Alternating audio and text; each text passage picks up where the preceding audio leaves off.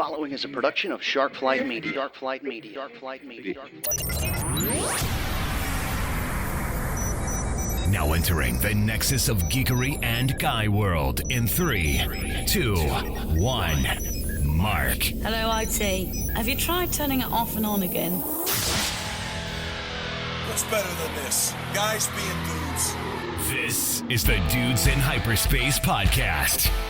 Hey kids, welcome back to another exciting edition of the Dudes in Hyperspace podcast. I am your host, Ian J. Malone, going to be joined here in just a couple of minutes by my partners in crime, Rob Howell, Kevin Steverson. Also got a fantastic guest interview on tap for you tonight. Before we get into all that though, got to pay some bills, and that comes via our presenting sponsor, the one, the only, Chris Kennedy Publishing. Doesn't matter what you're into, if it's military, sci-fi, space opera, fantasy, paranormal romance, even nonfiction stuff on the craft of writing, they have got it all for you over there at CKP. To learn more about them, you can go to the interwebs at chriskennedypublishing.com. Again, that is chriskennedypublishing.com. They are message-free science fiction with a slice of fantasy. Let me come down here and hit some buttons and bring my guys in here. That would, of course, be Rob and Kevin. How we doing tonight, fellas? Doing good. Yeah. Doing great. Glad to be back. Amen to that, man.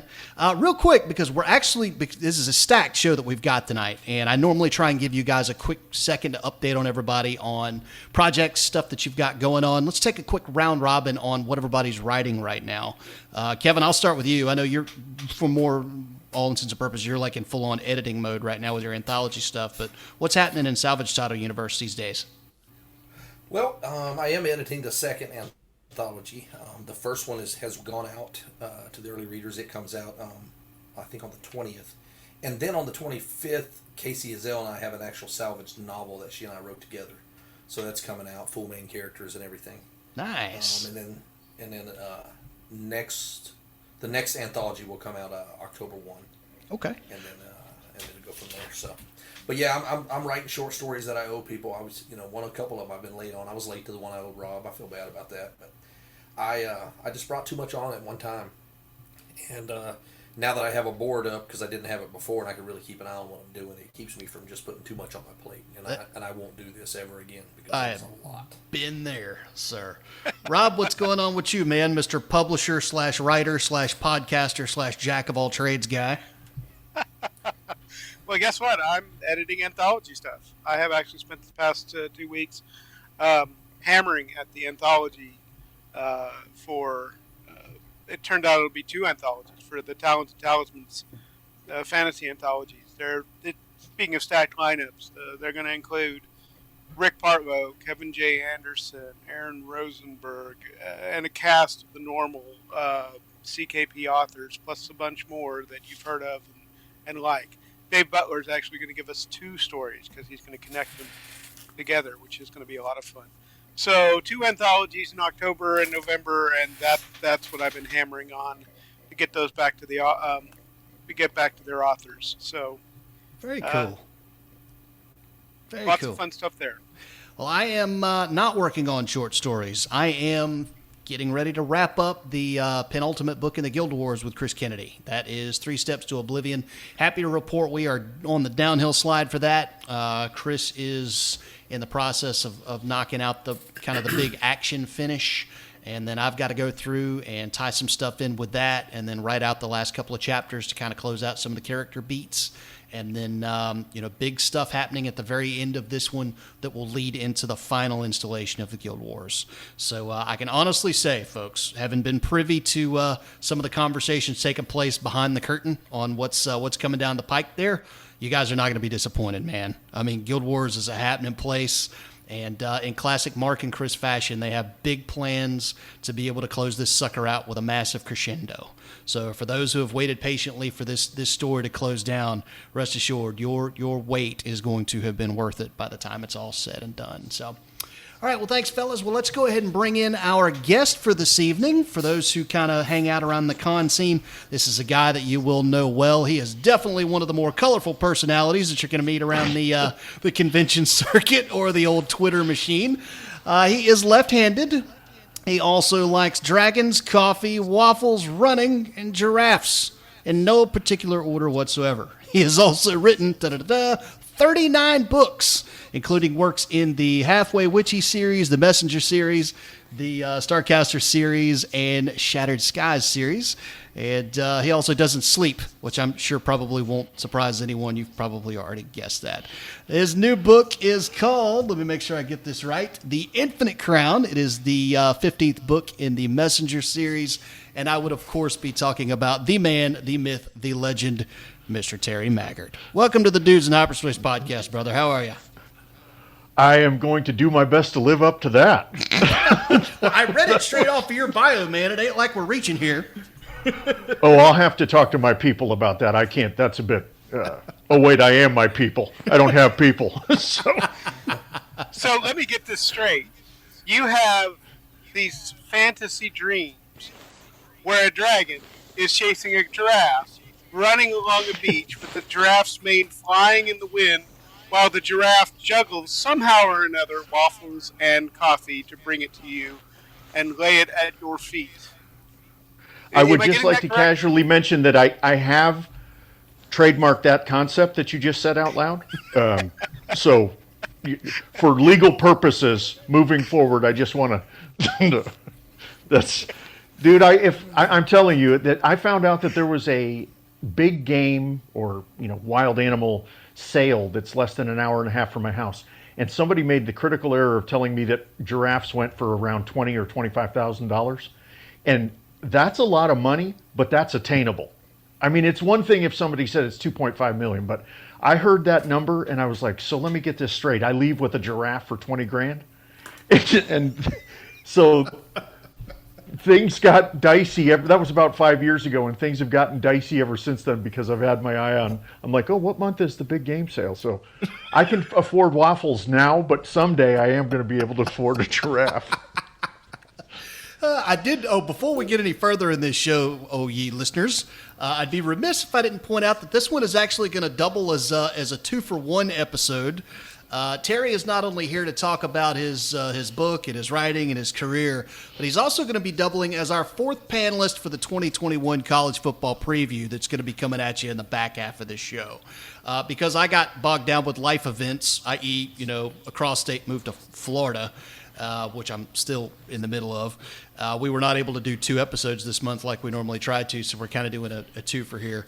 And I got to tell you, Terry, that actually worked out well because you and I have had these conversations about the pigskin for a whole host of different reasons on the cons, and we'll get to that here shortly. But right now, I want to stick with your books and your writing and how it is that you came to be as an author. Let's start from the beginning, man. When did you get the writing bug? I mean, when did this happen to you, and when did the light go off that I enjoy doing this? This is cool. I think like most of us, probably as a child. And I remember distinctly going into a library in Hawesville, Kentucky in 1976. And there was a beautiful red anthology in there. It was Martin Greenberg, I think, was the editor, and it was Science Fiction Tales. And in it was an Anne McCaffrey story, The Littlest Dragon Rider, or The Smallest Dragon Boy. It's one of the 2 titles. And that was it. I mean, I remember reading it and thinking, wait a minute. And fast forward, I'm maybe 12 or 13, and I started writing short stories. And a high school teacher of mine made a critical mistake. She said, you could write stories for credit if you didn't want to read Silas Marner, or books like that. And I was like, wait a minute, really? And so I started writing stories about, giant snapping turtles eating my friends and things like that. And one thing led to another, and I was away from it I had a life event happen, a critical loss, and it pushed me away from it. And about 12 or 13 years after I hadn't put pen to paper, I sat down and wrote a poem, and whatever it is, that was my catharsis. And I said, I think I can write. And I wrote a short story at about 1 or 2 in the morning while I was not babysitting, but I sat up with my son because I took night shift. And it got rejected roundly by everybody that read it, but I was so angry that I turned it into a novel. And in 2 weeks, I turned 53 years old, and I'll have my 53rd title on my birthday. Holy smokes. And that's just not good planning on my part. It's just blind luck. But I've been at this now for about 8 years. So really 8 years ago is when the light went off and I thought, I can do this. Yeah, well, that was actually, and that transitions beautifully into the next question I had for you, which everybody at some point says, I can write stuff. And maybe even sometimes people do, but to hit that gear when you finally decide, I think I can do this professionally, whether it's because I want to make it a career or whether it's because I think it can be a viable side hustle, like I want to actually do this in a professional manner, i.e. publication. What was it that made you decide, I want to do that? Like, I don't want to be that guy that just writes a poem and here it is and everybody can look at it. Like, I actually want to take this to the masses in the right way. You know, what made you decide that you wanted to make the professional transition?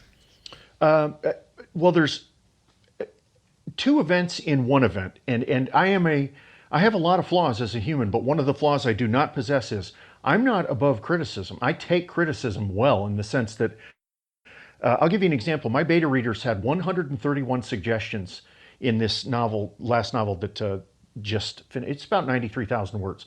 I accepted 122 of them. Like, I thought, yes, you're right. This makes the book better. So I'm very willing to take constructive criticism, and I was willing to do that from the start with this. And then the second thing that happened was I got enough money after a few months. I mean, I sold abysmally my first several months to year, but I got a little bit of money because I wrote a book that took off a tiny little bit, and I was able to put tires on my vehicle. And I remember at that point it became tangible. Like, right. You know, you could walk out and kick the tire. It was something real. And I thought, oh, okay. And I have always maintained that as soon as you take money from somebody, you become a professional. You know, if you're, whatever it is that you're doing, if you're a dilettante, that's one thing. But if you're serious, if you have an internal structure that tends towards seriousness about some degree of professionalism, I never knew I had that in me until I really hit this. And it was almost like a self-actualizing prophecy. The more I wrote and the more people read, the more I wanted to write. Right. Until here I am, I write 3,000 or 4,000 words in a day, and I'm like, well, I got a chunk done, but I could have done more. Right. Yeah, I actually commend you for that, man. You know, as we are wont to do for these types of interviews, we as hosts go out and do a little bit of research and read up on people and whatnot and learn things that maybe we didn't know coming into this. And I was really impressed by that. On the homepage of your website, you have a YouTube video that just welcomes people to your website. Number one, thanks for stopping by. But you openly invite people. Tell me what you want me to write. I mean, those are almost your exact words. I'm here to write because I enjoy this, but this is nothing if you guys don't enjoy it. So what do you want me to write? Contact me. Let me know. And I appreciate that. That was very unique. I've never seen that on an author website before. What made you decide that you wanted to be that forward with your readers? Well, I think, and this is a lesson, you know, you learn wonderful things from having great people around you. I'm a mechanic, not an artist. Right. And I always say I'm a mechanic. And that doesn't mean that there isn't, like, I've had a 67 Mustang for 22 years. And there is artistry within being a mechanic to some degree.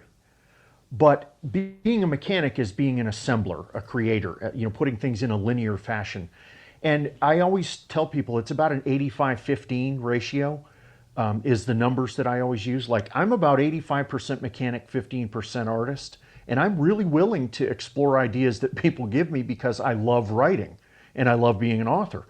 But the other thing is 85% of what you write is probably going to have to fall within the confines of the current market.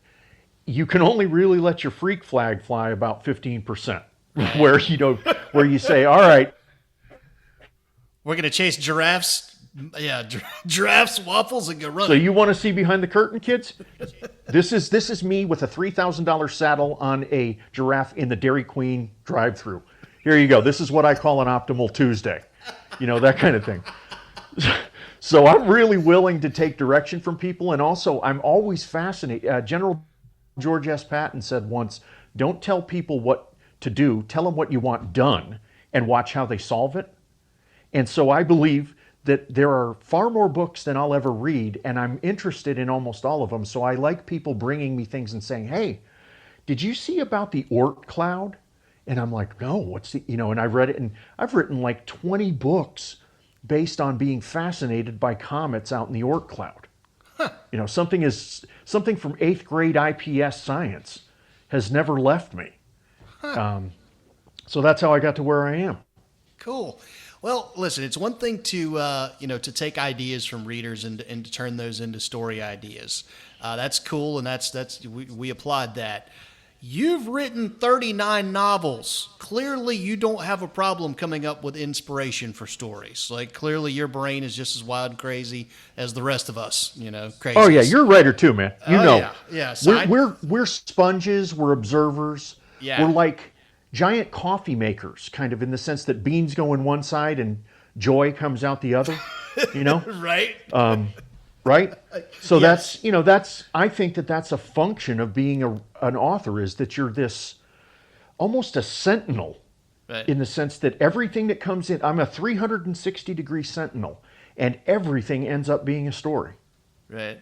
So talk to me about your inspirations. I mean, when the light goes off, typically what does that look like? Is it because you're listening to something? Is it right place, right time? You're talking to someone, it happens in conversation. I mean, what is it that spins an idea in the brain of Terry Maggert? Man, you and I have actually, Do we have time for this? yeah. So I have these lesions on my cerebellum. No, it's so Easy. This is a PG-13 rated podcast, gentlemen. No, well, you and I, a lot of us, I've talked to Rob about this, and a lot of us, it can be a person, an event, a fugitive gleam in someone's eye. It can be almost anything. Some of the best characters that I've ever written that have led to an entire series have been where, like, I went into a bank once and met a person that had the weirdest habit of tilting their head and blinking simultaneously. Right. As I was opening a bank account, and I have never forgotten that person, and that was 26 years ago. And I ended up basically constructing an entire narrative around them that turned into a 6-book series. Wow. So it can be something as minuscule as meeting the right person at the right time, or it can be something that is, like I say, the classic problem. Wouldn't it be weird if? Right. And then you fill in the blanks, and you're off to the races. It's funny how that works with storytellers in general, and it seems it doesn't really matter whether you're talking about authors, writers, or, in some respects, and Kevin can weigh in on this, songwriters. One of the things I've absolutely adored about moving back to Florida is it's the little things in life, people, I'm telling you. I had to change cable providers and television providers, and so I'm on a provider that gave me back Access TV. So I'm not a big, massive TV guy. I do have shows and things that I watch, but I will Jones on some freaking Access TV. Because for those who don't know what it is, it's like old school MTV. It's live concerts, it's rock documentaries, it's it's interviews with artists and musicians. It's just really cool stuff. And so anyway, one of the shows that's on there that I watched last night is A Life on the Road with Brian Johnson of AC/DC. And he just goes around and tours and just talks with people about their stories. And the episode I watched last night was Mark Knopfler of Dire Straits. And he talked about how he came up with Money for Nothing, which everybody remembers that one from back in the 80s off the Brothers in Arms album. He literally just walked into a hardware store, like a big box store, and was looking at refrigerators and kitchen stuff. And there was a big, heavy set dude who was a real life version of the animated character that they put in that video, who was basically spouting all of those lines to a customer about the guys on the television making their money for nothing while I got, big screen TVs, microwave ovens, color kitchen, delivery. And he's like, I went straight to the counter and I asked the desk clerk for a pen and paper, and I went outside the store and I sat down and I wrote Money for Nothing inside of 10 minutes. And that's how that song came to be. So, yeah, man, the organic stuff, it's great. Kevin, you got something you want to add on that? You are a writer of songs. Yeah, I sat down with Tyler the first time I ever wrote with Tyler. And I've been back and forth to Nashville a lot, but this was down there in Florida. Matter of fact, it was in Vernon, Florida, near where you are. But he said, I got this first line of a song, and the song's called Radio Dial. He said, I got the first line of a song. I got your name on my letterman's jacket, and we just that one line, and it just went from there, and it just, you hear one thing and you can write an entire song about it. Mm-hmm. Oh, and man. it goes from there. And he's like, well, I don't know what the next line will be. Well, the next line is, I see you wearing my class ring resized that don't fit me. He's like, whoa. He said, what? I said, yeah, and I'll see what we can do from there. I see you got my t-shirt on. Used to be my favorite, now it's yours, I guess. And the whole song just rolled. And it was just off hearing one line just as soon as I walked to this house. Sometimes that happens, and sometimes it takes weeks. Recorded in like 45 minutes. Yeah. Start Oh to yeah, finish. it can happen. You can get a song like that. Yep. I have there aren't words for the respect that I have for songwriters, because my grandfather was a big band leader in the 30s, and I mean, he made $10 a night as a saxophonist in the early 30s at the height of the Depression, which is more than a person made in a week in a job, and he was 15 years old. And so music was always, but I respect, like, I'll give you an example. Last night, I made a post on social media. I said, I'm still a badass, I say, as I take my antihistamine and slip into the tub to watch a Gordon Lightfoot documentary. And I watched that documentary last night, and I'm a huge fan of Gordon Lightfoot. And I am here to tell you, as I was running today, I was thinking to myself, if I ever write one line as good as some of the stuff that he wrote, I'll retire and raise bloodhounds. Right. Because that's how elegant. And I feel the same way when I read lines written by Christopherson and just Mary Chapin Carpenter. And there's just certain people that they write these, Matricia Berg. There's songs that I listen to and I think to myself, the purity of it in so few words is like an emotional sucker punch. And I think to myself, it's a flawless line. Right. It's absolutely, it's like American haiku. Yeah. And it's so perfect and pure. And I have an incredible respect for it because it's in 3 dimensions. They're writing in time, music, and lyrics. And here I am writing about space squid and giant robots. And I'm like, no, wait a minute. What color were his eyes? You know, I feel you, dude. I mean, seriously, I'm anybody who listens to this podcast knows I'm a music nut.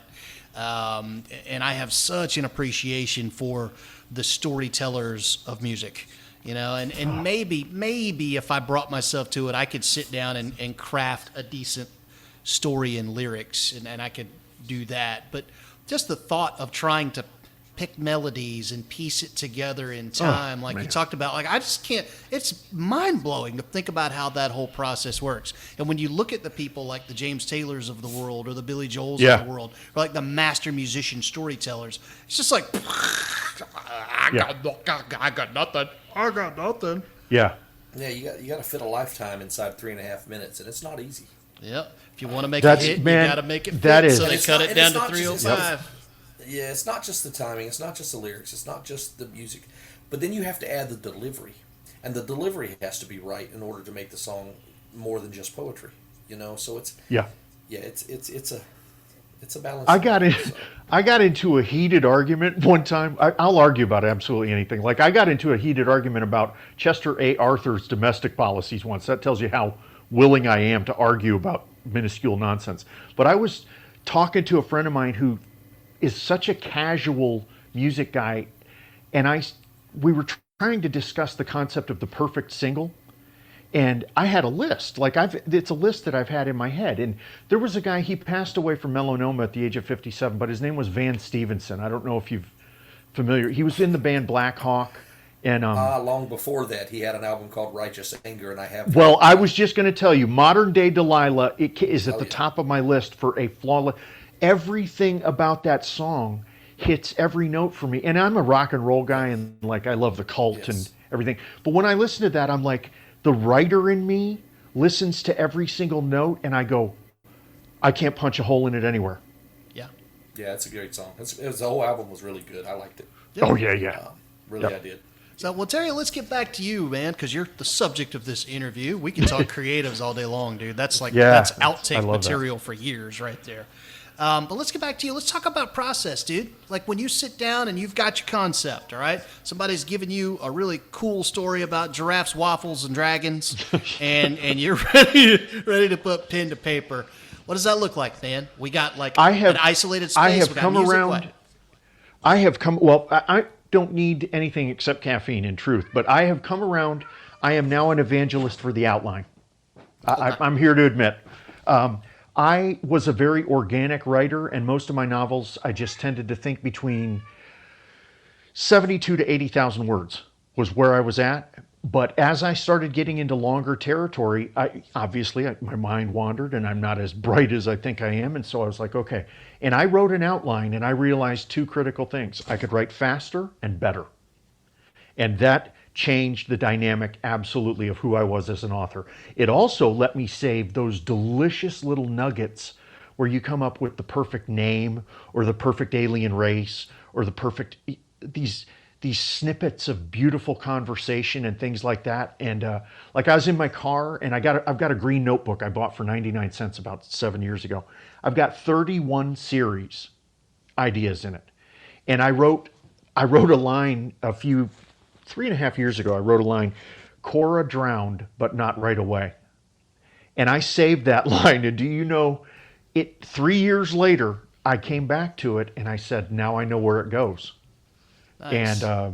And I think that releases like next month. But anyway, the point being that process for me started when I was 4 and started reading, and all those years of reading Asimov and Frederick Pohl and thinking the encyclopedia was a giant poem and things like that. All those things are components of the threads that create the books that I write. And I write commercial fiction. I'm absolutely in touch with that.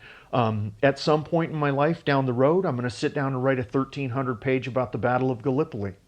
I'm going to write a doorstop as a historical document. But until then, these stories, their germination and their genesis really began probably in 1974, and the process itself has never stopped.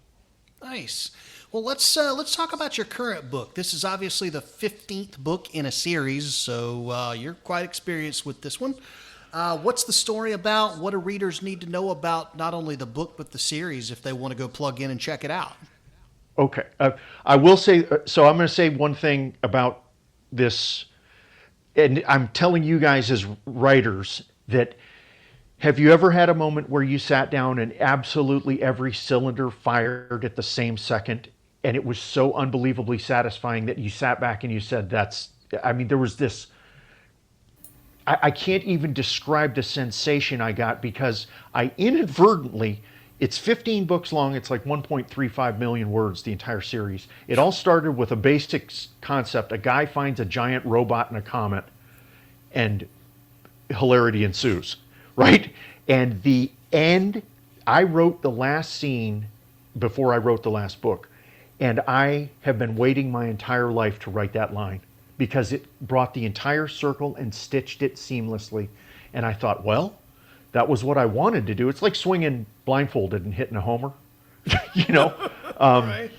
But it just all worked so beautifully, and the readers got a hold of it, and they said that's how it should have ended.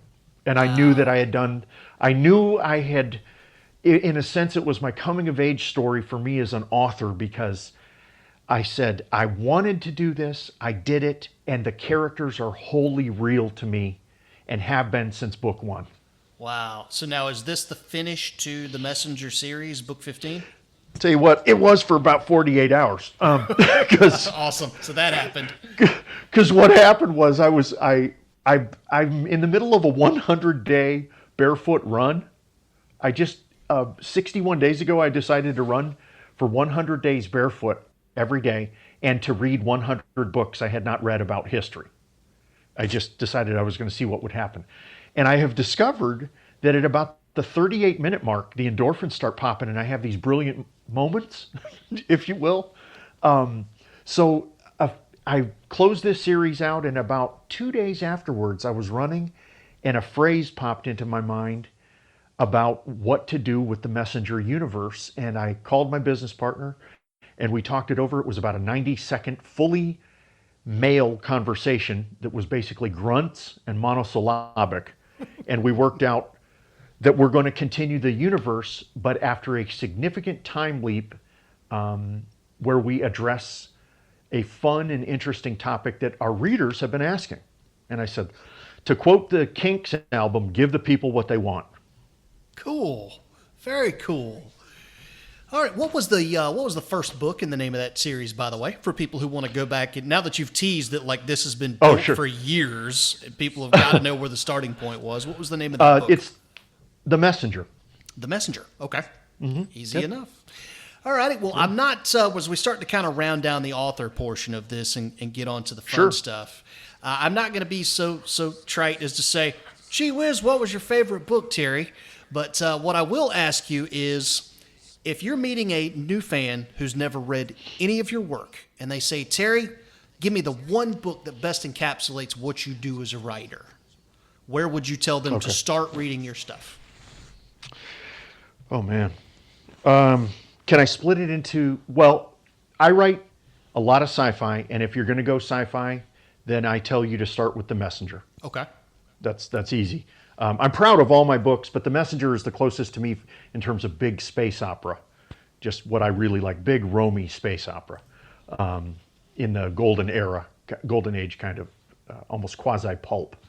But I wrote a 2-book series, if you will, called Heartborn and Moonborn that came to me in a dream. And it's one of the best compliments that I've ever gotten in my entire life is one of my business partners has a disability, and the main character needs a heart transplant. And she read the book and she called me and she said, I want to thank you for not treating her like she was made out of glass.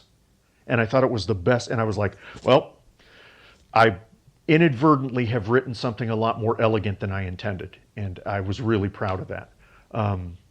And then I think Rob knows this, I don't know, but I wrote a ton of stuff under pen names just for the sheer joy of it. I wrote post-apoc harem stuff, but one of the weird things that I wrote was Trailer Park Romeo. I like where this is going. So I have a huge respect for romance authors, and I respect them for what they do because they do it quickly and they do it well. But I wanted to jump on the bandwagon and sort of poke a little fun at it and the erotica trend and everything. So I created a pen name called Cletus Do Drizzle and wrote about a character named. So I wrote a short 3-series thing about a redneck guy named Dix Glidewell who owns a El Camino named Jolene, and he is the absolute king of this trailer park. And I just so channeling your inner Bubba Hotep. Oh, dude, I just cut it loose, man. I just cut it loose. He owes payments on his futon. It's just everything I ever wanted to throw into a story. And my business partners read it and they said, under no circumstances will you associate us with this. Nice. Well, for the readers who may want to go find that story, can you reveal what the title and pen name were? Oh, it's Trailer Park Romeo. Trailer Park Romeo was the name of the book. Okay, all right. Yeah. And Cletus Do Drizzle is the pen name. Cletus Do Drizzle. Okay, all right, cool. Why do I suspect that does very well? It's okay. Well, a lot of people read it in Kindle Unlimited because they don't want it on their phone. They don't want to admit it, which is totally okay. But I wrote. Well, one of the things that happened when I realized I wrote under the pen name Daniel Pierce, and I wrote a series called Future Reborn. It's awesome post-apoc with great monsters and lots of attractive women, right? I was like, okay, this makes sense in my head. I'm a child of the 80s. Imagine Stallone with lots of guns and beautiful women, but monsters. Perfect. Nice. And so I wrote that, and it just took off like a rocket.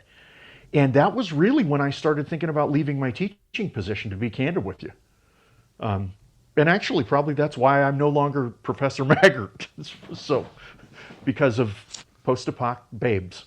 Nice. Yeah, I'm trying to wrap my head around that. Somehow I'm seeing the ZZ Top Eliminator video meets Thriller. I don't know. Oh, there's some, yeah. Well, if you look at honestly, our artist is so good. I made some sketches and sent it to him, and I said, follow me. Guns, abs, hot girls. And he goes, copy that. And he came back with, and if you look at the cover of Future Reborn, it's like a 17-year-old's fantasy came to life. And I said, you clearly understand my level of intellect. So, All righty. Well, on that note, this is typically where we would ask our guests to spout anything they need for folks to know about them, i.e. website, social media, and all of that. But we are not quite ready to say goodbye to Mr. Maggert just yet, because he's going to stick around and talk a little college pigskin with us. Before we do that, though, we do have to pay some bills with our halftime segment. So hang tight with us for just a second, Terry. Alrighty, so lots of stuff happening in the wonderful world of Chris Kennedy Publishing. We got new releases abounding. We got pre-releases. We got new stuff in audio. But as the new releases go, everybody smiles when we get new stuff from the Four Horsemen universe, especially when the names Wandrey and Ezell are attached to it. So, Brother Howell, what do we got in the new release category this week for the peoples? We got more Cartwright's Cavaliers. Awesome. Cartwright's Cavaliers Descent is the title of the book, but back to the unit that started it all. The Guild Wars seemed to be winding down until you left Earth. Jim Cartwright, commander of Cartwright's Cavaliers and Minister of War for the Terran Federation, has been struggling with all the hats he has to wear. Merc Commander, Minister, and leader of Earth's Ragnar forces for their allies, the Deucemen. The strain's causing him issues, and he decides to visit the surviving human colonies to get away for a bit. What he finds isn't what he was expecting, as he encounters the newest result of the Guild Wars, fighting between non-merc races. In the absence of mercenary guild contracts, many races have decided to fight it out themselves, and someone is happily supplying them with the weapons they need. Meanwhile, Jim's longtime friend Splunk, or Jasa as she's known to the Deucemen, has returned to the second-level hyperspace home where the Deucemen have spent the last 20,000 years hiding. She goes there to research more about the Ragnar, hoping to find some answers for what's happening to Jim. What she finds is a plot within her own race's leadership which will result in changes to her entire life, and not all for the better. It's time for the Deucemen to descend from second-level hyperspace and rejoin the rest of the galaxy. The Guild Wars aren't quite over yet, and there are still depths for civilization to sink. Boom. Kevin, what are the reviews saying so far about this one? All right, well, we got one from Steve. Jim's adventures, as always, are a great read. Like all Four Horsemen universe stories, this is action-packed, full of larger-than-life heroes, and very quick and fun read. If you read the In the Wings anthology of the Four Horsemen universe secondary characters, there was a story titled Friends with Benefits by Mark Wandrey and Kacey Ezell. This book fills out the rest of that story and completes it. So now you have to read this book and that book. We'll get to it. Ray says, must read Four Horsemen. So much action you almost forget there's an amazing story. Lots of info drops about the Deucemen that surprised me. Advances the arc nicely. And John says, at times it feels like this whole series is one of the old-time serial novels posted monthly in the sci-fi mags, like Analog, etc. Each book meshes with the previous to further the story. Elements from various earlier books are coming together beautifully to eventually hit the final book. I'll be happy and sad when we get to the last one. All righty. Well, that is, again, Cartwright's Cavaliers Descent from Mark Wandrey, Kacey Ezell, so go check that out. In other release news this week, we do have another pre-release. These are books that are for sale this week exclusively through the publisher, so you can go to chriskennedypublishing.com. You can buy your ebook in whatever format you need, whether it's for your Kindle, your Nook, your Kobo, what have you. And again, that's direct through the publisher before this goes out wide to the rest of the world. So this week's pre-release is China Mike from P.A. Piot. This is book 2 in Paul's Abner Fortis ISMC series. Basically, it's the follow-up to Cherry Drop, which came out last month. A whole bunch of people bought that one, loved it. It took off like a bullet on Amazon, got some fantastic reviews. So if you bought Cherry Drop, you don't got to wait long. The sequel is already out in the form of China Mike, which is available only through the publisher this week. It'll be available worldwide coming this Friday on Amazon. New in audio this week, it's back to the Four Horsemen universe with Eye of the Storm from Chris Kennedy and Mark Wandrey. That is book 11 of the Guild Wars, so feel free to go check that out. The audiobook will drop August 31st, but again, you can go grab your copy via the pre-order feature on Audible now. And then finally, launch team readers are needed for 2 upcoming books in Kevin's Salvage title universe. That would be the anthology It Takes All Kinds, which actually I've got a story in that one, so enjoy.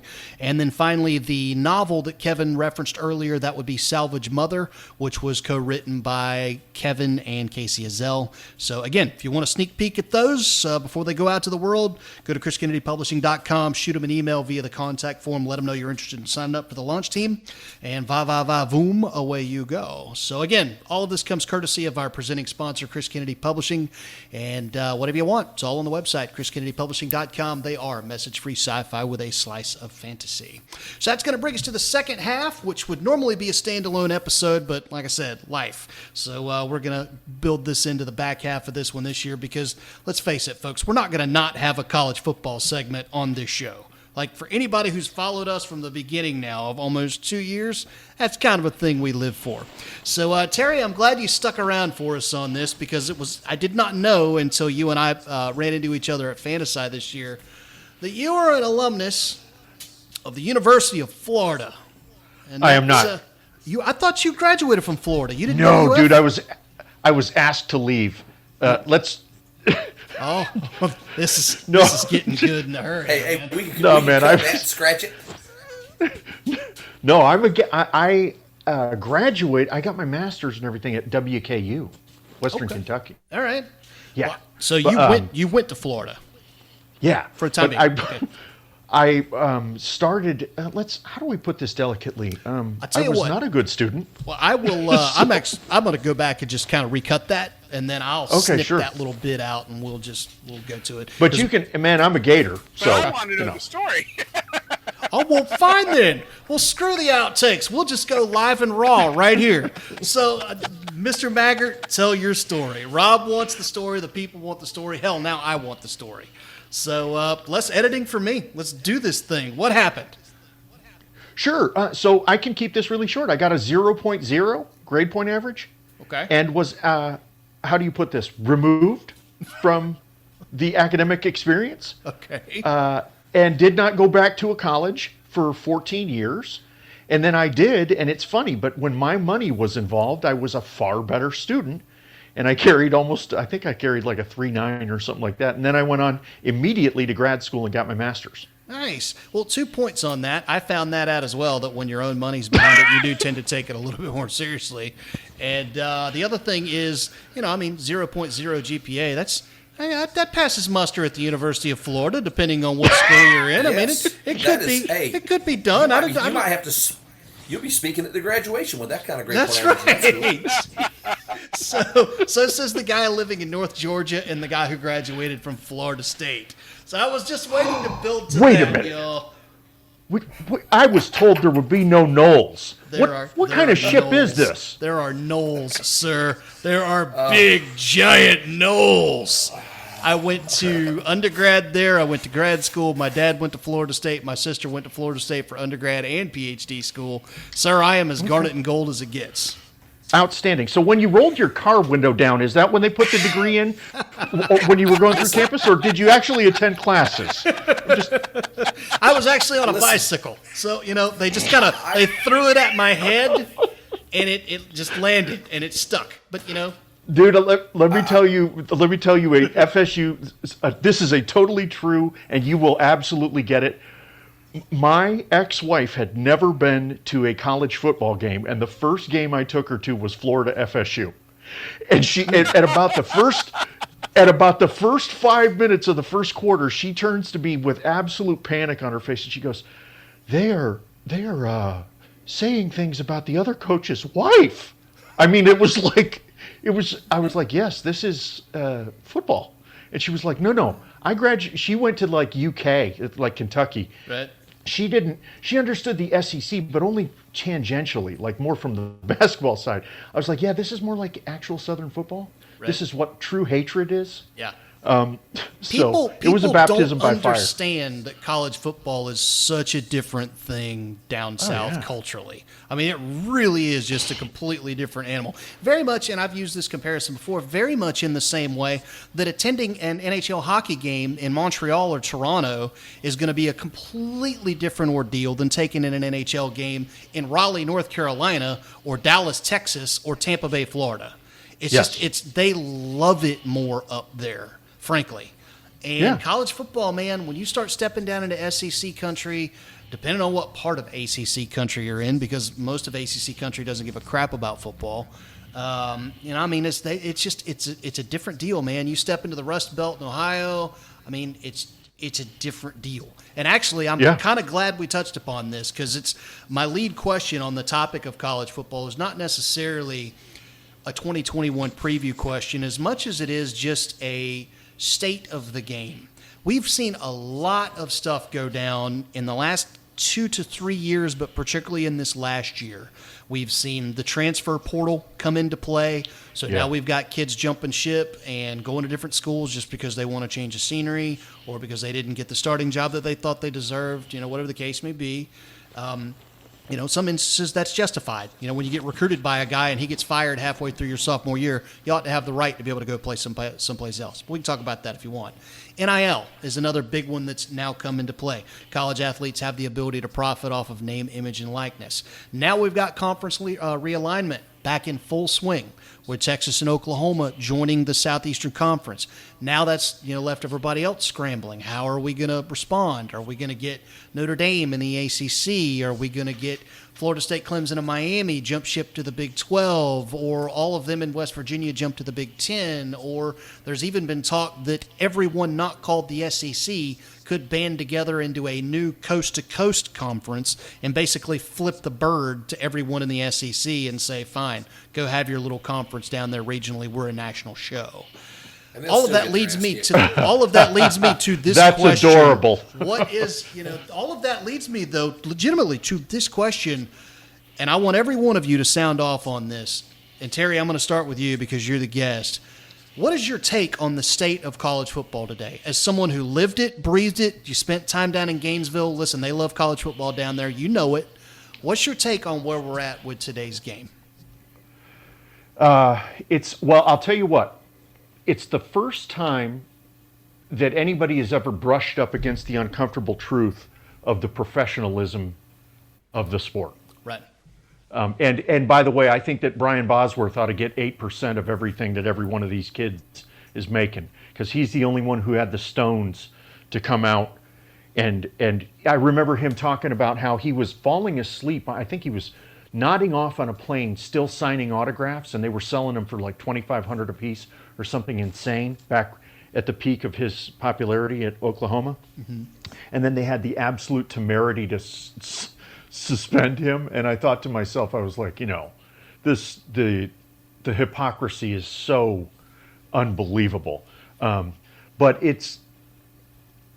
we did this in the Olympics when we brought on the pros in the Olympics. Mm-hmm. And it's a 30-year, the NCAA will never be accused of being moving quickly or being, I don't know, everything that they do is, it appears to me to be defending the status quo in terms of these bloated bowl advisory committees where 25 people get to go to Hawaii for 2 weeks to decide whether or not Hawaii can host a bowl. And that's the ugly underbelly of it. The positivity of it is that it's part of a world community. And I say a world community. I was in Central Australia in the outback, and there was a guy yelling "Go Gators" at me because he saw my shirt. Nice. And I was 1,300 kilometers from the nearest town, and this guy screaming "Go Gators" at me as I'm drinking chocolate milk at a gas station. Huh. And I just remember thinking it's part of something larger. Is it tribalism? Probably, but I'm not convinced it's unhealthy. And I am really, really happy to see these athletes at least get compensated, because the schools are candidly getting fat off of the 2 or 3 profit sports, and the rest of it, they're not. Right. Kevin, you got thoughts? I do. I am, first of all, on the realignment. Of course, everybody wants to be in the SEC. Of course. Yeah. It's where all the money is. That's where the money is. That's where, the ball is just better. Okay, it just is. You look at it like baseball, and all the other conferences are kind of like the minor leagues. There's a couple teams in AAA that might compete every now and then, but on the average, on the whole, no. It's the SEC, if you ask me, and about 3 colleges besides them, and those are your Oklahomas, who are now going to be in the SEC, your Clemson, and your Ohio State. Other than that, what's out there? Mm-hmm. And on the money side of the house, I am glad these kids can start making some money off of it. You may not know him, but there was a kicker that played college ball, and he had a really big following because he did all these trick kick shots. And he'd kick into a garbage can, he'd kick off a roof, he'd do all these kind of things. And I mean, the guy was kicking 50-yarders like it was no big deal, right? Like no big deal. But they told him to get rid of his social media where he was making money. And he walked because he was making too much money on social media. And that man will never play in the NFL, and he could have. But he never will because of what they did to him. So I'm glad they're able to start doing stuff like this, because when they tell somebody in gymnastics at college that she can't have 1 million fans on TikTok and 1 million fans on Instagram because she can't monetize that, I mean, come on. That was ridiculous. Right. So I'm glad they're getting paid now. Rob, how about you, man? Conference realignment, NIL, we are in strange, uncharted waters for college football right now. You got thoughts? It's about freaking time.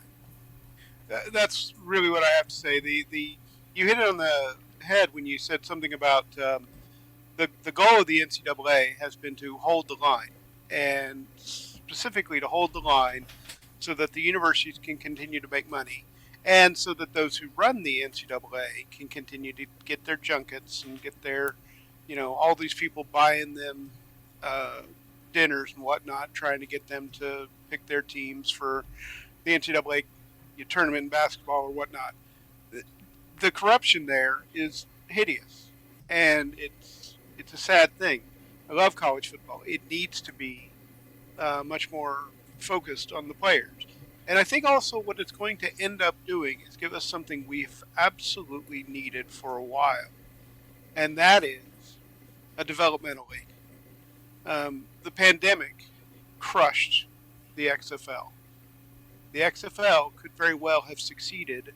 I was there at every Battlehawks game seeing them basically sell out the Edward Jones Dome, having to open up more section after more section after more section. And so a developmental league that would improve play for the NFL would provide options for players who don't really want to go to college. Who really just want to practice the craft. We've needed that. And the NCAA has done everything they could to prevent it. The NFL has also been complicit in this because they know they'd have to pay for much of what would go on in a developmental league. But it's about time, because the dam's bursting on the corruption and the money being hoarded by some of these, frankly, academic institutions that have no reason to claim the things that they're claiming. Right. So, about freaking time. I got you. Well, I'm going to actually, put a little bit of a damper on everybody's happy parade here. I am not a huge fan of a lot of the stuff that's happening. We touched upon this a little bit in our last episode. Let me be very clear on this. I am not against players getting paid. And the reason for that is simple. When I was a college student, I went to school full time. I had the opportunity to go take a part-time job at a radio station and make money. And that was how I went out. That was how I had cash in my pocket to pay for things I wanted and go do things other than go to class. Most athletes don't have the opportunity to do that because they have practice. They have wait time. They have film room time. It's a part-time job, if not pushing the envelope of a full-time job when you're in season, to be a college athlete. So I'm a fan of college athletes getting compensated in some way, shape, or form because of that fact there. I am not a fan of the NIL model because I don't believe it's fair to everybody. I believe that, a third-string walk-on offensive tackle who puts in the exact down to the minute number of hours of practice time that the star quarterback puts in every day and every week and every season, I believe he deserves to have something too. So, my axe to grind is most definitely, and this is where I'll fall in line with you guys, is most definitely against the NCAA, who has failed to lead on this for decades, literally. And I said this on the last show, I'll say it again. When you suck at your job worse than Congress, you're pretty well useless as tits on a boar. And I think we can all agree that that's the NCAA. They really don't do anything well.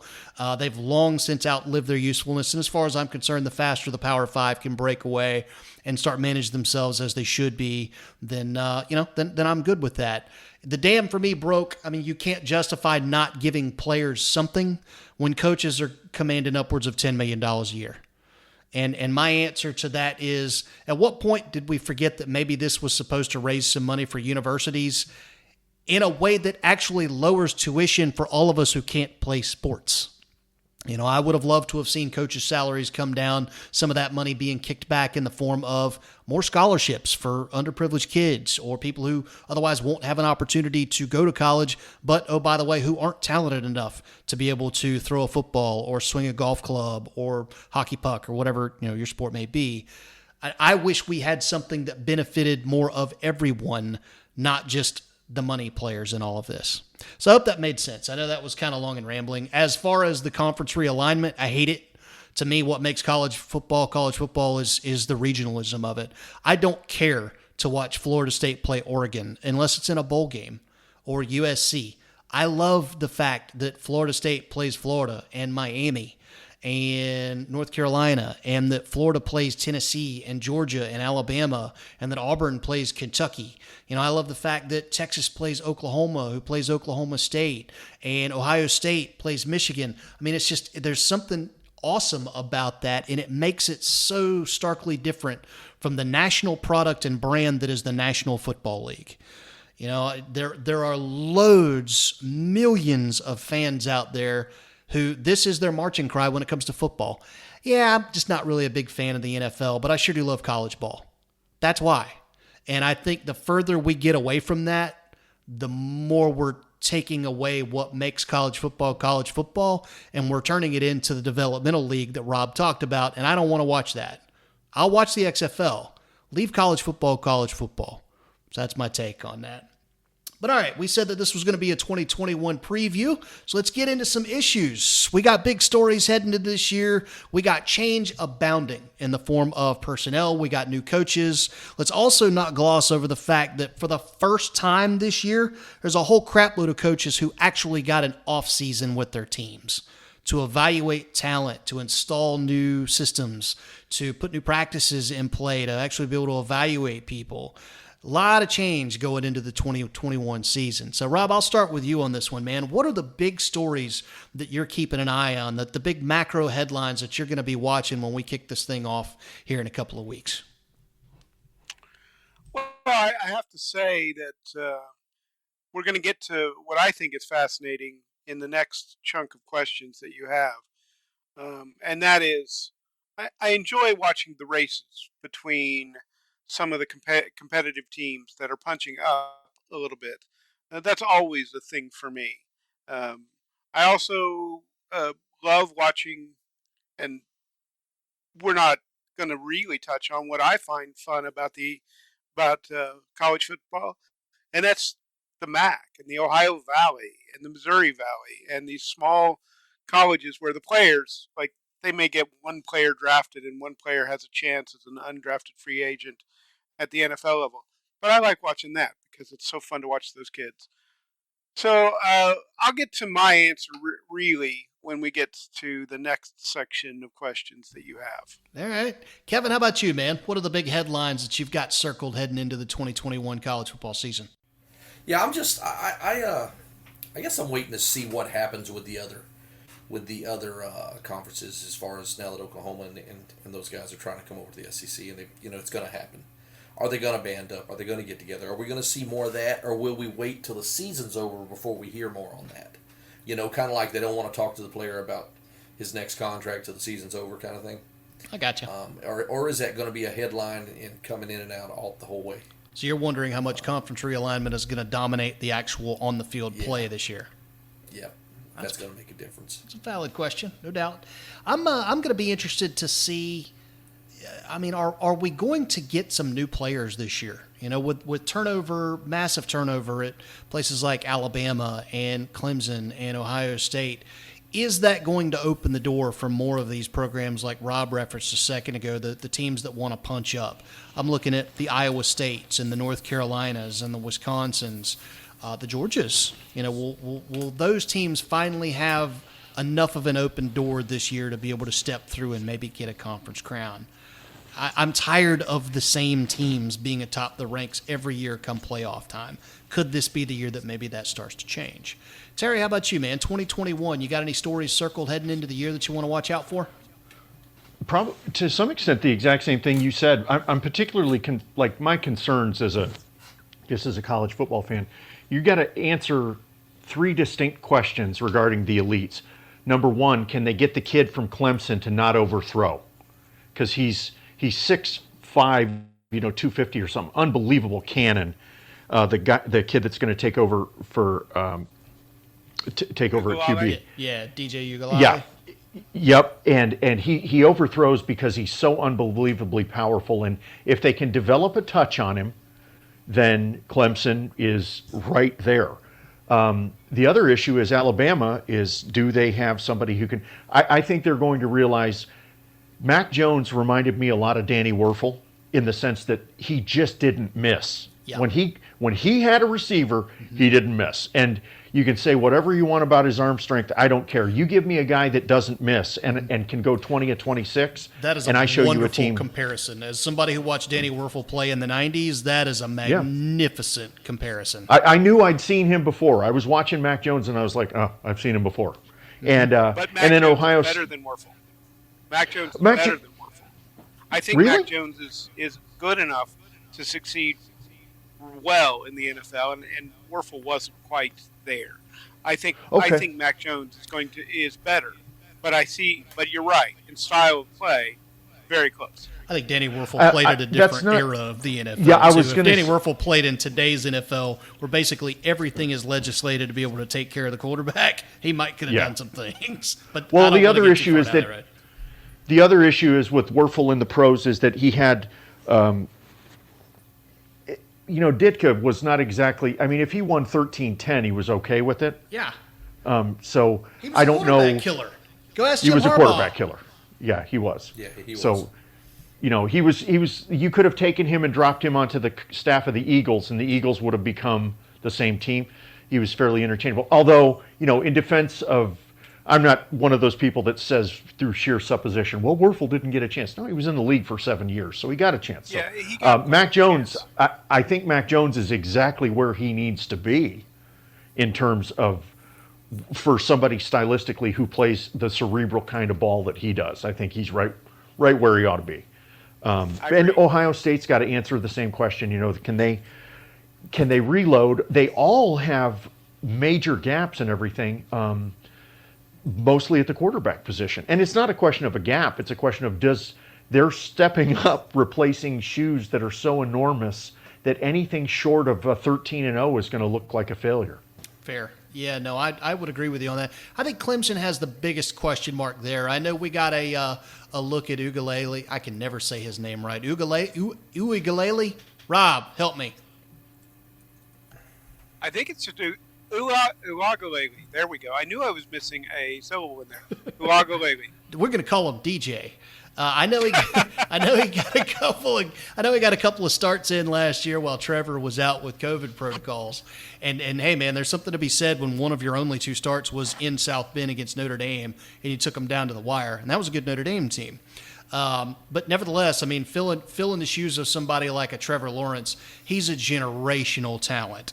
All right, he's a once in a lifetime talent at quarterback. I don't know that you're going to say that about either Mac Jones or Justin Fields. Great college quarterbacks. There's a reason why they were drafted in the first round. They were different players than Trevor Lawrence was. That's just my own 2 cents on that. But anyway, we've all kind of danced around this, so let's go ahead and get straight to the guts of it, man. All roads to the national championship go through the SEC. So let's talk about that conference. A lot of transition this year. Terry, your Florida Gators have got a lot of holes to fill. Whether you believe in Kyle Trask or not, fact is he put up a lot of numbers last year, and he's not there anymore. So it's time for Emory Jones. It's also time to see what Florida's defense is going to do this year. Do they manage to plug some of those holes? You shift gears up the road to Alabama. You're replacing Mac Jones. You're replacing Devontae Smith. You still got a great running back there in Robinson, but a lot of turnover. We all know they reload, but you reload with youth, and people need time to be able to learn. New coaches in Tennessee with Josh Heupel. Matt Harsin, I think is his name, down at Auburn, comes over from Boise State. You've got year 2 of Lane Kiffin with Ole Miss.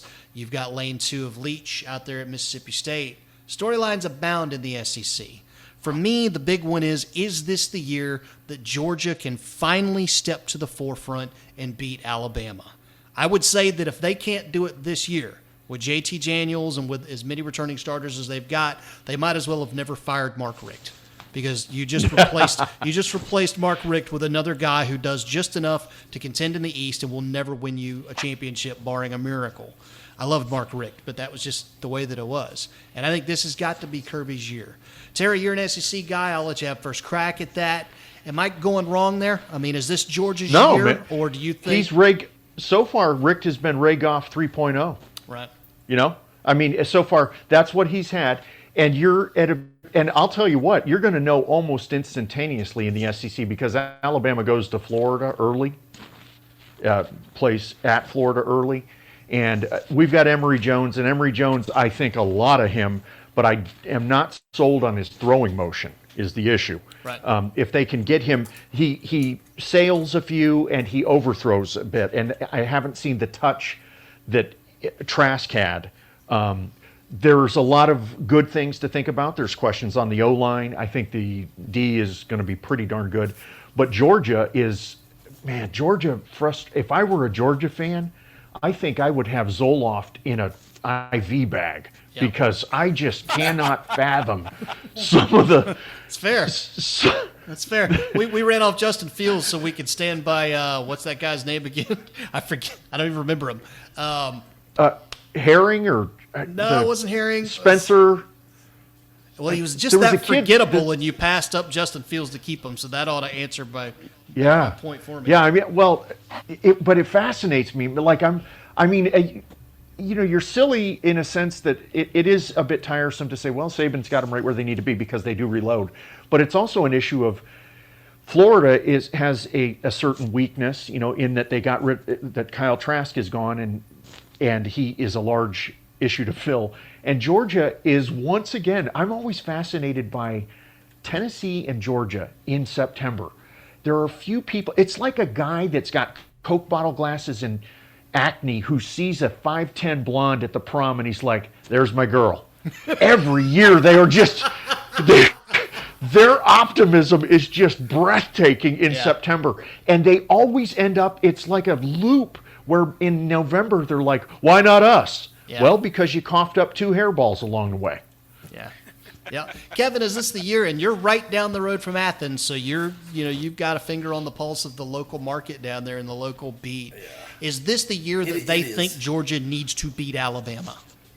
It is the year. I bleed red and black. I taught ROTC and was liaison for the National Guard for 5 years in the ROTC department at UGA. So, I was there for all of the Matt Stafford, and I was there for Noshawn Marino, and those guys sat in my office and shot the breeze while we were waiting on class. So I bleed red and black. But I'm going to tell you, they were pretty good last year.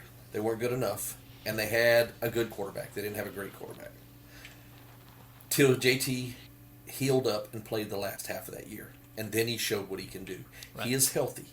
So now, with that running game, with all those returners on defense, with the players they have, and a good quarterback. I mean, a really good quarterback. He's not super great, but he's good, and that's all the difference in the world.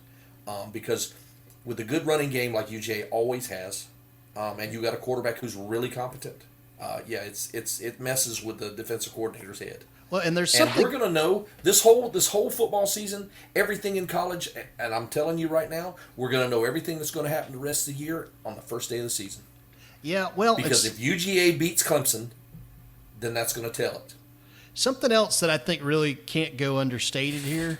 Guys, Todd Mankin is the offensive coordinator at Georgia. And I know that name may not ring a whole lot of bells with a lot of people, but as a Tampa Bay fan, I'm going to tell you something. I know everybody wants to get hung up on the fact that Jameis Winston threw 30 interceptions in a year. He also threw for over 30 touchdowns and 5,000 yards. That was in Todd Mankin's offense. That's a guy who knows systemically how to put points on a board. If you give him a quarterback that can be an adequate trigger man with enough skill position pieces and an offensive line that'll hold up, stand back and watch. So that's a big one for me that I'm watching this year heading into 2021. Rob, you want to weigh in on this SEC thing, man? Is this the year that Georgia needs to beat Alabama? Is there anybody else in the conference that you've got an eye to watch this year? This probably is the year Georgia needs to beat Alabama. This isn't the year Georgia will beat Alabama. Ooh. I think Alabama. I think Bryce Young will be just fine there. I think they've got enough weapons. Yes, they lost Waddle, and yes, they lost Harris.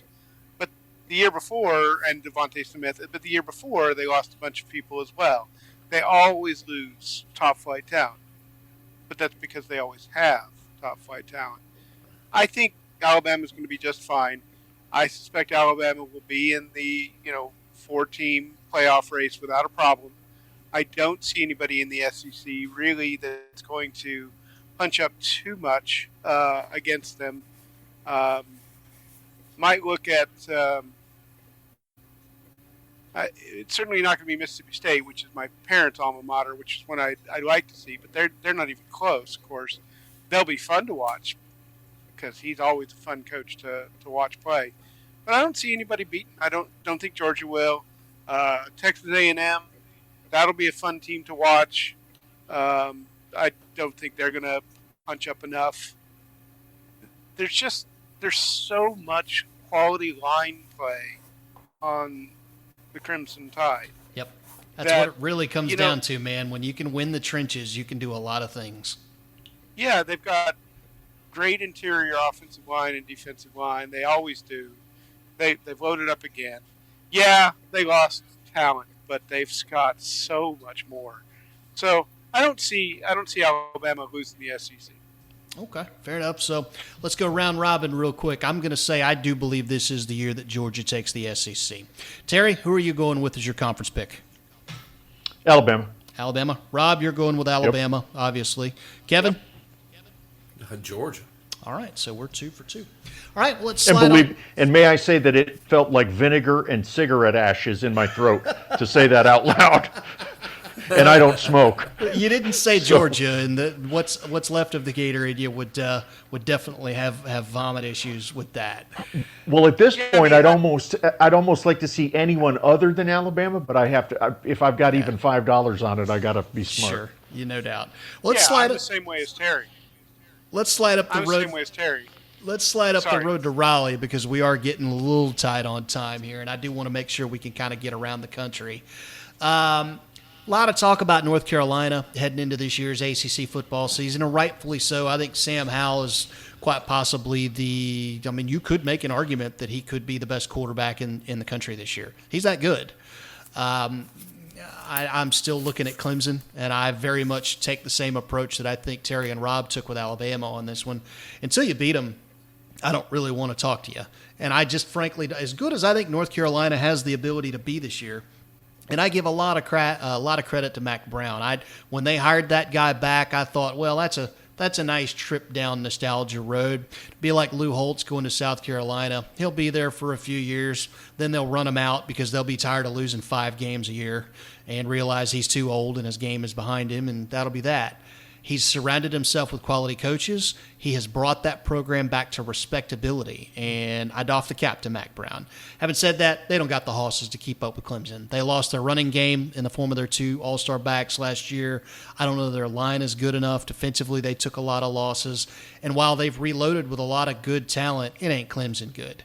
So as far as I'm concerned, the ACC, it's not even close. It's Clemson, and it's everybody else is a freaking mile away. Kevin, you got any arguments on that? Yeah, I think it will be Clemson. I feel sorry for the rest of their schedule because if Georgia does beat them, then they're going to have something to prove, and they're going to have chip on their shoulder the rest of the year, and they're going to be rough on everybody. Yeah, that's an excellent point. They're going to be looking to get those style points. Rob, Clemson, and everybody else in the ACC? I think North Carolina does have a chance to punch up. That's one of the ones I was talking about earlier that I think there's a real good chance to punch up. And the reason I say that is because the college football season is long, and everything has to go right for North Carolina to be able to do it. But it's not out of the question. You got a quarterback like Sam Howell. You can ride that quarterback, and he's better than Uagalele, in my mind. And I think if all things being equal, you go with the quarterback, right? But it's true that Clemson has more depth than North Carolina. Basically, for it to work for North Carolina, they have to stay healthy, like pristinely healthy. Not out of the question, but they have to stay healthy, and then they have a chance. Right. Do I think they'll beat Clemson? Probably not. But I think it's closer than what you're saying. I don't think there's a mile difference because I think Sam Howell's that good. Okay. Well, you know what? The guy who owns our presenting sponsor, that would be the man, the myth, the legend, Chris Kennedy, is smiling right now as he is a UNC alum. So that will make him, that will be music to his ears. I do like North Carolina this year. I think they're a solid 10-win team. I really do. I don't say what you will about Miami and De'Aaron King. I think the Coastal is North Carolina's to win. I think they've still got a ways to go before they're Clemson level. And I mean, it's basically like what Florida State was in the 90s. I hate to fall back on that, but they are that dominant, and they are that team now. So let's shift gears out to the Big Ten. This is another one that I don't know that Ohio State is walking away with it. I have a hard time seeing anybody beat them, but I do think it's a little bit closer than, say, the ACC. I'll get to my thoughts on that a second. Rob, I'm going to let you lead off on this one, man. Big Ten, obviously a lot of eyes on Ohio State, always on Michigan, but there are some other teams out there that could make some noise. Who are you watching heading into Big Ten season this year? Well, it's hard to stop. It's hard not to start with Ohio State and Michigan, if only because of the rivalry. I think Ohio State's more than a notch above Michigan. But, you know, the Big Ten is always kind of a weird league to me because the way that league is structured, there's always one of the teams, whether it's Wisconsin, a Penn State, a Northwestern, or even possibly a Nebraska. There's always one team that's a surprise team, it seems like, coming out of the Big Ten. And Ohio State has to win that game. And, we say that, and it's obvious. But the truth is that game is never easy for Ohio State to win. Whoever it is, the non-expected team or the non-likely team to punch up. And it seems like there's always one of them rising to the top to give Ohio State some fits. Now Ohio State's clearly best in that league. But I think more of Fields than you do. I think Fields was an amazing player. And I think they're going to have a hard time replacing him compared to Mac Jones in Alabama and Lawrence in Clemson. I think they'll have a harder time in Ohio State. But that's, we'll see. I do think Ohio State should be the favorite.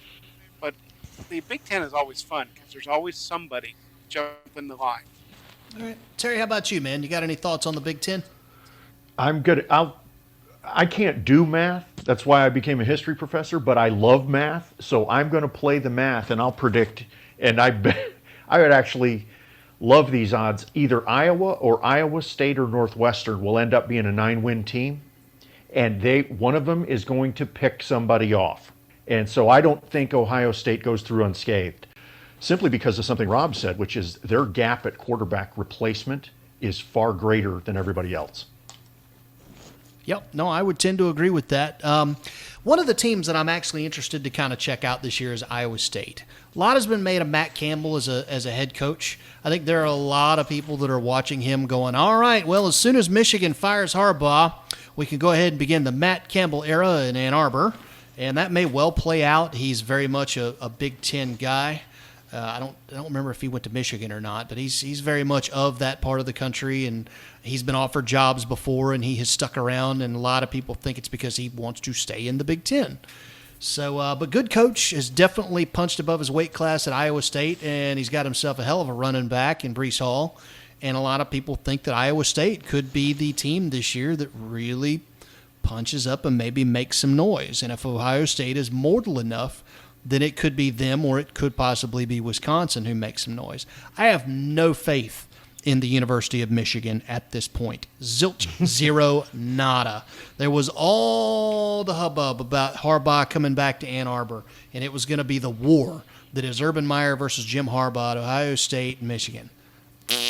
That's that. He hasn't beat anybody with a pulse that was worth a crap in the, 5 years now that he's been in Michigan, and they just gave him a contract extension.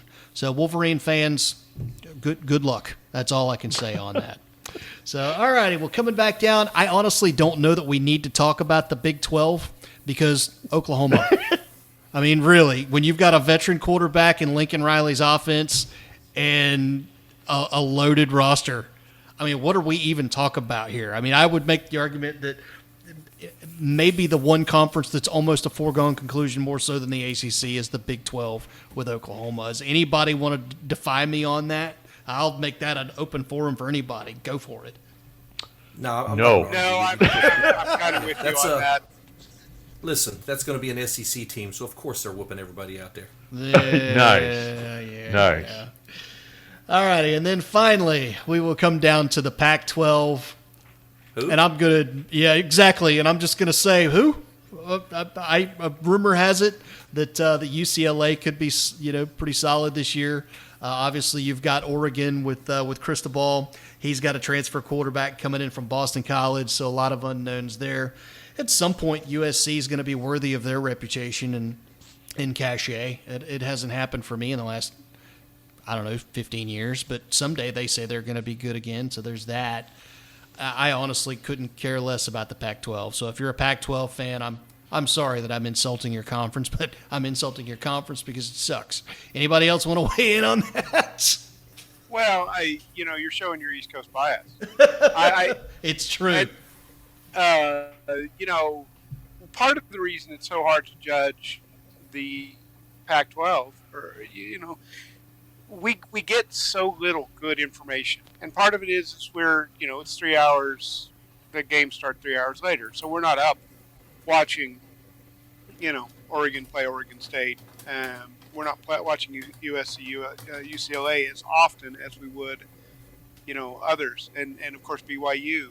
What's going to happen there? And, it's really hard for us to judge them properly, to be honest. But I do think that we'll see whichever one of them comes out into the playoffs, and one of them will give Alabama or Oklahoma or Ohio State or Clemson, whichever one of those four doesn't, whichever one they play. I really do think one of those four isn't going to make it, and it's going to be a Pac-12 team. And I don't know enough about the Pac-12 to be able to predict which one, but I think that'll be the case. Fair enough. Anybody else got any closing thoughts on the Pac-12 before we start to put a bow on this? Occasionally, I like the Oregon Ducks uniforms. Just depends on which bright ones they put on. They're interesting. Not to circle the conversation back to NIL, but you know what? When your lead booster is Phil Knight, kind of not a bad time to be living in a world where you can pay college athletes with endorsements. That's a fast way. That's a fast way to get yourself some talent on your roster. But Oregon got bodied by Saban. Did you see his quote about the uniforms? I did not. Oregon said, "We have 100 uniform combinations. What do you think about that, Coach?" And Saban said, "We have 2, red and white. We're more concerned about who's in them." Good old Nick. That's good stuff. Speaking of that NIL real quick, I don't know if you guys saw this, but the Braves have now sponsored a couple players. Nice. The quarterback from Tech and somebody on the gymnastics team from UGA. Okay. And it's like a $500 a month stipend, and then they get VIP at all the Braves games. Nice. Well, at Tech, they'll take anything that they can get just to remind people that they're actually there. So, so good on them for that. But all right, before we close this out, man, I don't know what the hell took over me, man. Like, I'm just snarky as all get out now.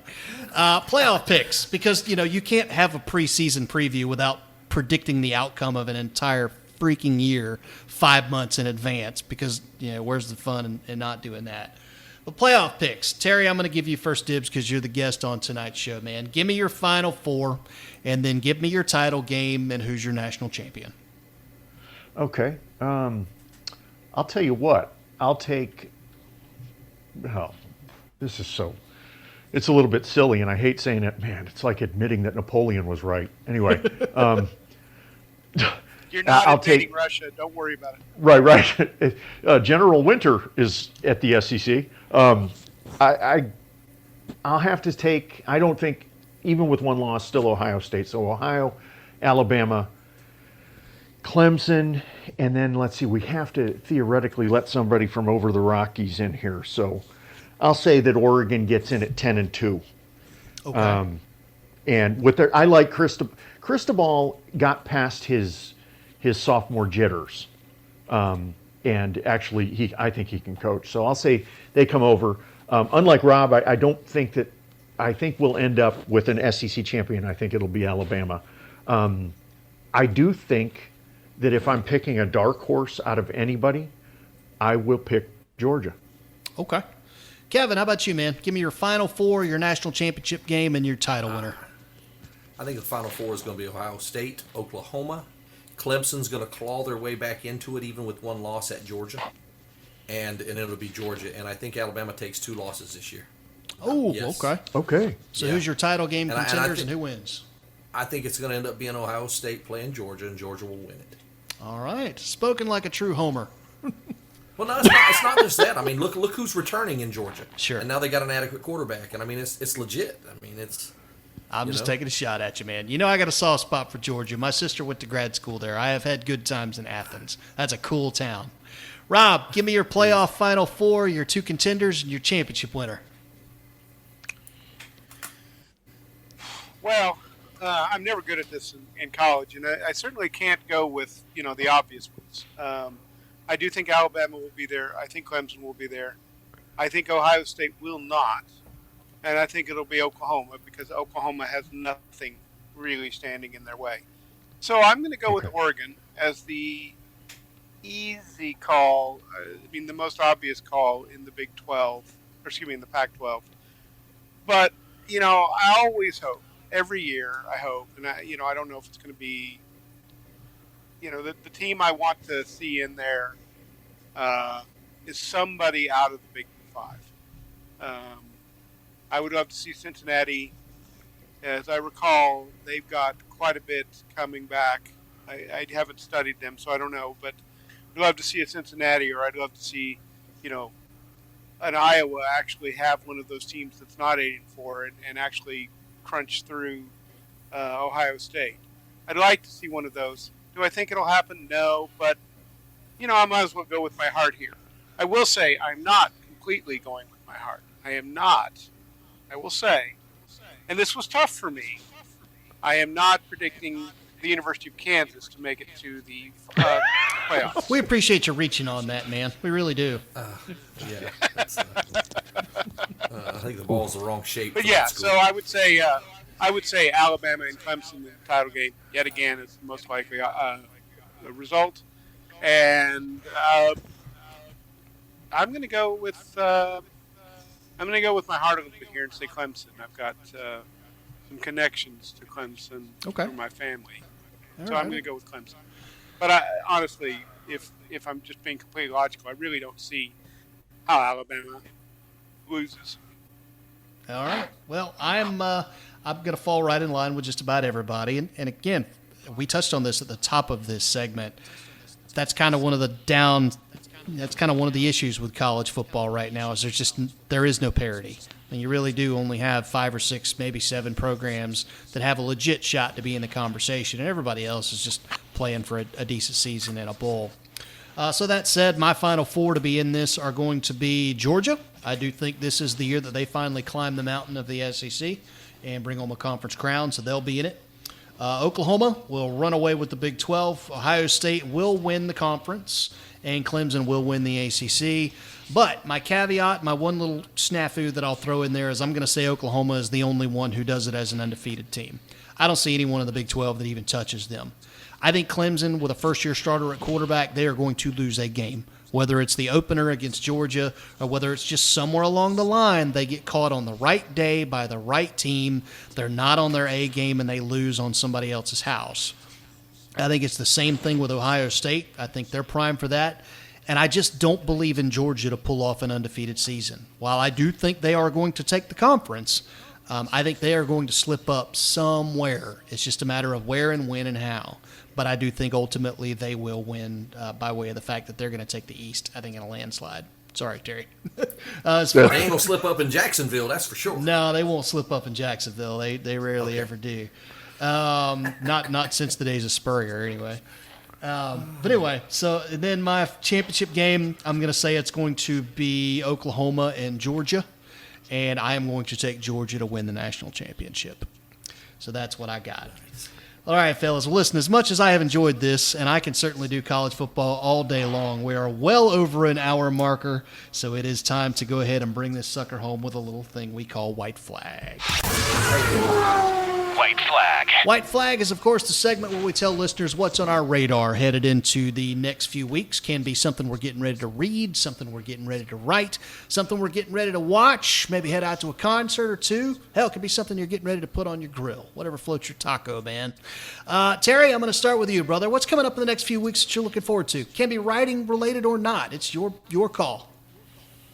Well, I have 2 books coming out, but also a lot of grilled meat. Just going to be very candid. The next 45 days of my life are going to be centered around college football and grilled meat. My man. That's it. My man. All right, real quick. Give me a couple of highlights from your menu.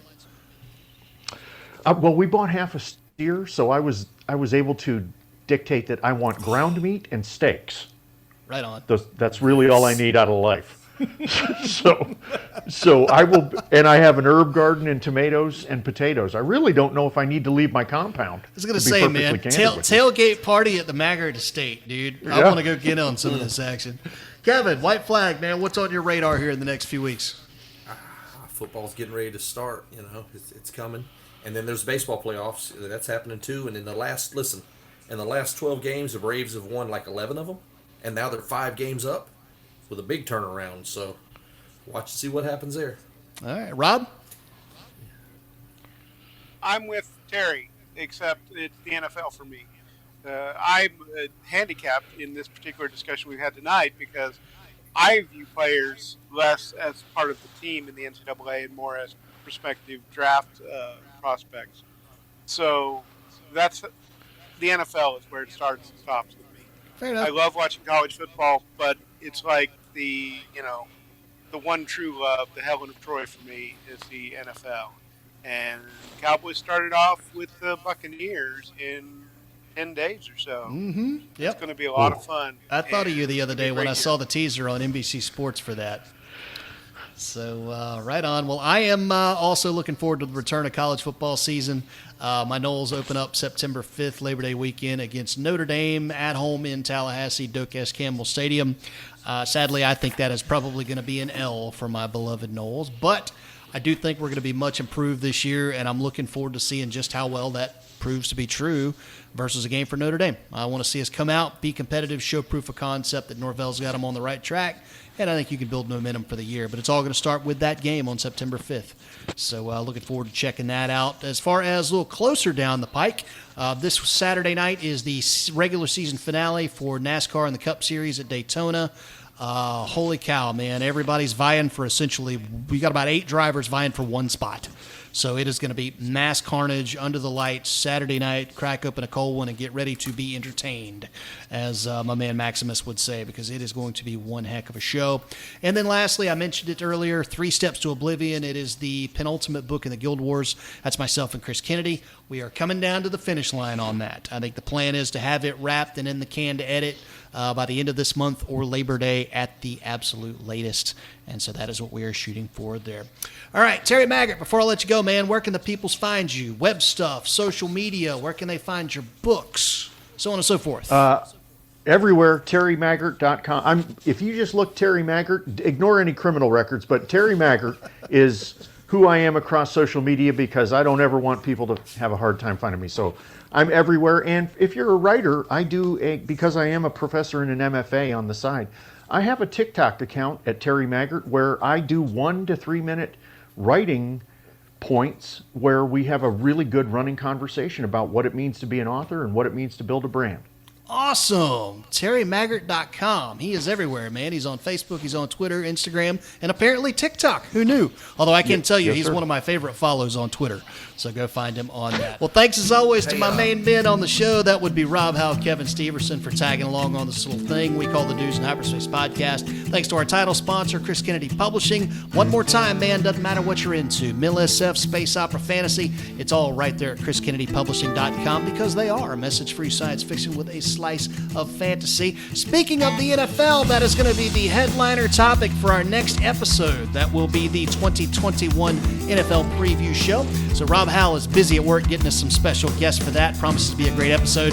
And as always, we'll be taking your questions. So if you got stuff you want to talk to us about, find us on Twitter, find us on Facebook, find us on the web at sharkflight.com. Whatever, man. Just come talk to us. One last thing. If you love the show and you can leave stars on Apple Podcasts, Google, or what have you, please do that. Helps to bump us up in the rankings, help other folks find us. Until next time, thank you, Kevin Steverson. Thank you, Rob Howell. Thank you, Terry Maggert. And thank you to the listeners for listening to another edition of the Dudes in Hyperspace podcast. Everybody have a good one. We'll see you. Happy football!